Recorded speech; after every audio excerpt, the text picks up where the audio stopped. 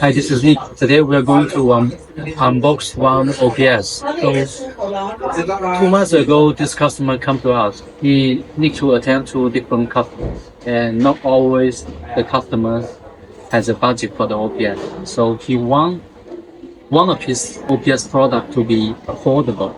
So he come to us and we have worked out a solutions for him, and he's happy. And so today we are going to unbox and tell you what is this OPS about. Okay, so this is the unit box for the OPS, for the Europe size OPS.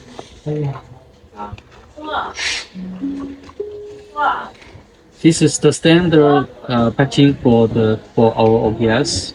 You can see the OPS is sealed with the foam. This is for self-transportation. At the bottom, there are two antennas and a screw for fixing the OPS onto the interactive back panel. So let us open up and see what is inside.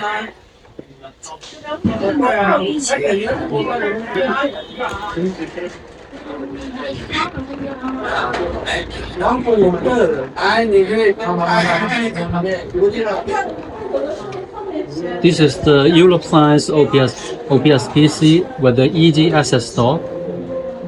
And this is the interfaces: 3 USB 3.0, 1 Type-C, 1 RJ45, 1 HDMI, 2 USB 2.0, 1 line out, 1 mic in, and 1 power button.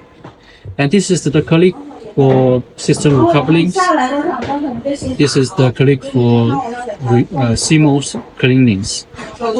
And this is the floor for the HDD, 2.5-inch HDD. And also, if you open up this easy access door, you can find 2 PCIe for mSATA and M.2 SSD. So there are 3 interfaces for putting the memories. We are going to test this OPS on the IIPD behind me. This is BOE, interactive back panel, and this is AOC. So before installing the OPS, make sure that the power supply is off, the interactive back panel is off before installing the OPS.